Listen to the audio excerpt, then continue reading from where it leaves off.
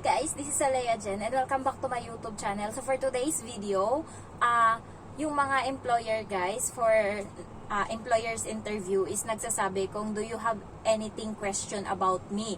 Ayan, so yung tinanong ko sa amo ko is ano yung pangalan niya, ano yung ilan sila sa bahay, ganun lang yung tinanong ko. Pero guys, yung mga ex-abroad, lalo yung mga ex-Hong Kong, is marami pala silang katanungan, especially do you have my own, I have my own room, ganon. So tatanong nyo yan sa amo nyo kung malakas yung loob nyo, tatanong nyo kung may sarili kayong kwarto, I have enough food, ayan. So tatanong nyo din kung do you allow me to eat rice in lunch, kasi yung ibang mga employer guys is ang pinapakain lang nila sa katulong nila is noodles, katulad ng Indomie and then egg.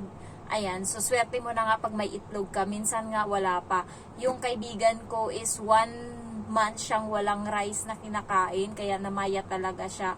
Kasi yung mga amo niya sa labas kumakain, so siya na nasa bahay is hindi niya alam kung anong lulutuin niya, kasi wala namang sinabi sa kanya na pwede siyang magluto ng laman dyan sa ref. And yung ibang mga employer is walang laman yung ref nila. Ayan, so ayaw kasi nila mag-stock ng food kasi gusto nila fresh yung kinakain nila, and mahilig silang kumain sa labas. Yung mga amo ko dito, nung bago ako is puro labas sila kumakain, pero nung nagtagal na, luto na lang. Kumakain na lang sila sa labas pagka-linggo and Sabado kapag day off ko.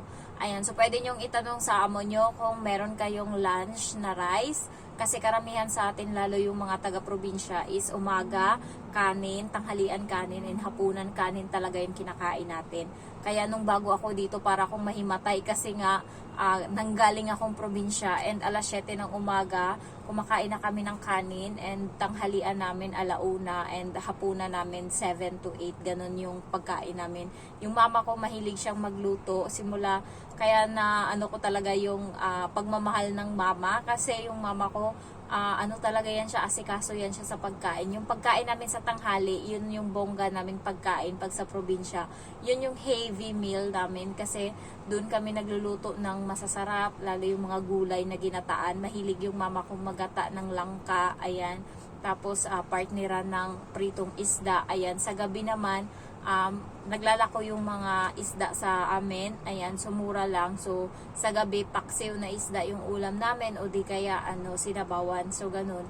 Pero neto guys, na malaki na ako, minsan ako na yung nagluluto, kasi yung mga pagkain na hindi nila natitikman, katulad ng kaldereta, menudo, chicken curry, pininyahang manok, kare-kare, ayan, yung mga ganyan is hindi pa alam ng mama ko lutuin, kasi nga sa probinsya simple lang yung mga luto, and na-explore ko yun nung nasa Manila na ako. Kaya pag uwi ko, pinatikim ko sa kanila yung mga ibang luto na alam ko, lechon kawali, sisig, ayan. So ayan yung mga niluluto ko doon nung nandun ako, kaya tuwang-tuwa sila nung nandun ako, kasi iba-iba yung pagkain nila, ayan. So tatanong nyo din yan sa amo nyo, and then itatanong nyo din kung provided ba kayo ng mga sabon, shampoo, toothpaste, ayan. Kung malalakas yung loob nyo guys, at least alam nyo, para in case na walang binigay, and pwede kayong humindi, pwede kayong mamili pa ng ibang employer, ayan. So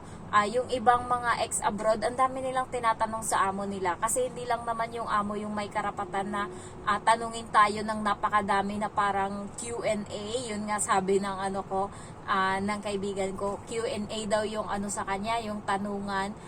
Pero yung ipapakain sa kanya sa tanghalian is Indomie and itlog. Ayan, so sa akin dito guys, napapansin ata ng amo ko, nakikita niya ata sa camera, nagtatabi talaga ako ng kanin. Gabi pa lang guys, nagsimula na ako niyan magtabi ng kanin. Pinapasobrahan ko yung saing sa gabi.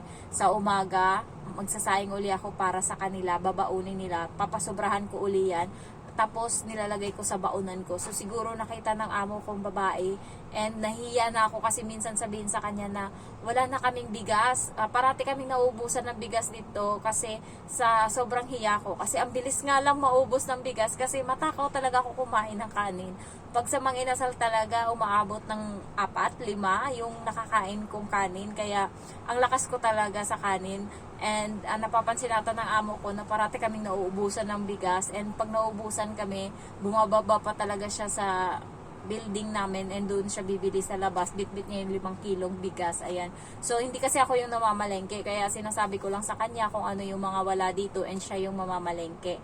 Ayan. Kaya siguro na stress na yung ano niya, braso niya kakabitbit ng bigas na tigli 5 kilo pagka nauubusan kami. Kaya ngayon, hindi na niya inaantay na magsabi ako na walang bigas. Inaano niya na agad yan. Mga siguro 1 linggo, order na agad yan siya ng bigas na panibago. And nagulat ako, kahapon doon kami sa mama niya kumain. Nagulat ako, yung mga baboy sa sabaw, kasi di ba may sinasahog yan sila sa sabaw na baboy. Pinagkukuha ng mama niya doon sa sa lagayan ng sabaw. And pinaglalagay doon sa mangkok ko. Masuka-suka na ako sa kabusugan kahapon kasi yung yung parents niya na lalaki, mahal ako noon or favorite ako noon, kaya madami yun maglagay sa akin. 2 mangkok na ulam, yung gulay, 1 mangkok, and yung karne is 1 mangkok din. Meron nilalagyan niya pa yan ng mani, ng mushroom, ng baboy, ng manok. Ayan, so madami siya magbigay sa akin ng pagkain, yung lalaki. Minsan nga sinusubuan ako noon ng pagkain, minsan tinatanggap ko, minsan nahiya ako. Ayan, so aside from that, may kanin pa. And then nagulat ako, yung matandang babae, pagpunta sa kusina, pinanglagay doon yung mga karne. And ang sarap pa naman kasi ang lambot. Paborito ko yun. Sobrang lambot ng pagkakaluto nila ng karne. So, grabe, busog-busog talaga ako. Siguro sinusumbong ng amo kong babae kung gaano ako katakaw kumain. And inuubos ko talaga yung lagayan namin dito ng sabaw, yung mangkok na yung nilulutuan namin ng sabaw, pressure cooker. Inaano ko talaga, chinecheck ko talaga isa-isa yung mga baboy dyan. Kinukuha ko talaga yan. So, yan yung bumubuhay sa akin. Mag-4 na buwan na ako. Baboy yung bumubuhay sa akin dito kada gabi. And sa tanghalian, meron ako dyang gulay. Meron din bumili ako ng itlog. Ako na bumili, nahiya ako sa kanya. Nakakahiya naman magpabili sa kanya. Ayan, so, meron ako dyang noodles and sardinas and itlog.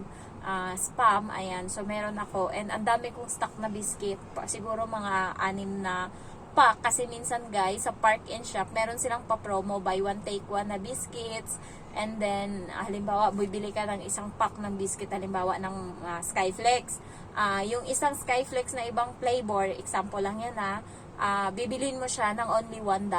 Ganun lang. So, buy 1, and then the second one, $1 mo lang siya na mabibili. Kaya, guys, pag bumibili ako sa Park and Shop, yung mga special sale talaga yung binibili ko. Yung prutas, special sale yan. Bumibili ako ng mansanas, orange, ayan.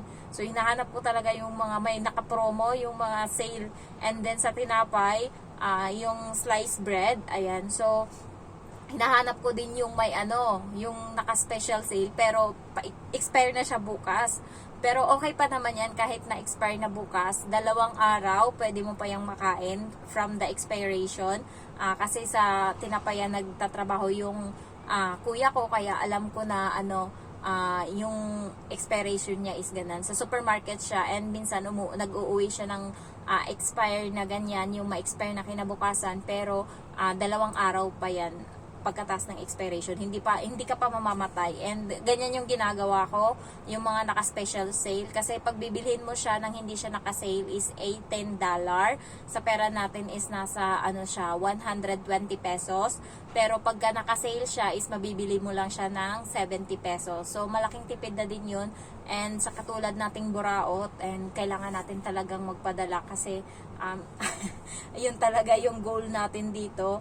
Kaya, yung mga sale yung binibili ko, yung mga tinapay na naka-sale, buy 1 take 1, ayan. So, makikita yan doon sa counter, puro may mga naka-discount yan, ayan. So, from 100 Hong Kong dollar, nababayaran ko na lang minsan is 53, ganyan. So, ganun ako katipid, guys, and napapansin nata yun ng mga So, hindi ako pagka walang kwentang bagay, hindi ako bumibili. Pero sa ako addict sa shopping. Ngayon, napabili ako ng Uniqlo. Papakita ko sa inyo.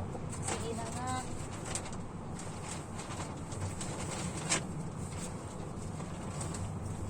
Pero sale din naman to. Ito, medyas siya, 3 pares, 19 Hong Kong dollar. Naka-sale siya from 59.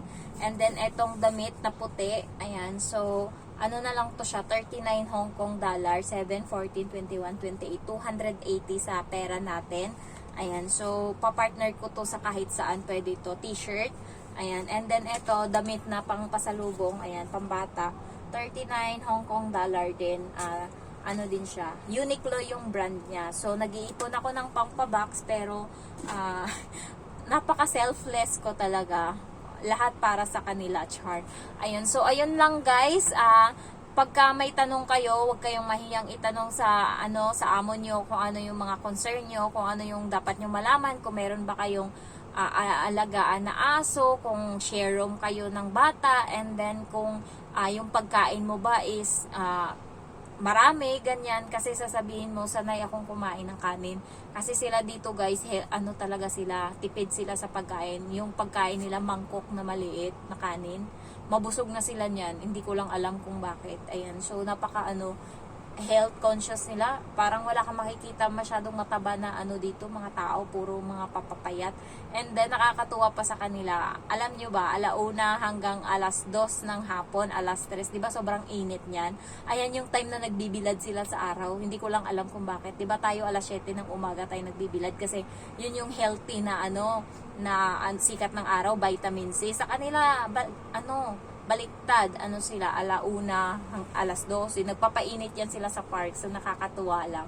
Ayun, so ang daming mali sa nila, yung iba yung culture natin, iba din yung kanila, so nakakatuwa lang na, ayun, na nakikita mo na, ay, bakit ganito? Ayan, so, ayan lang guys, and then if you're new to my channel, don't forget to like, to comment, and then to subscribe. Thank you so much for watching, bye-bye!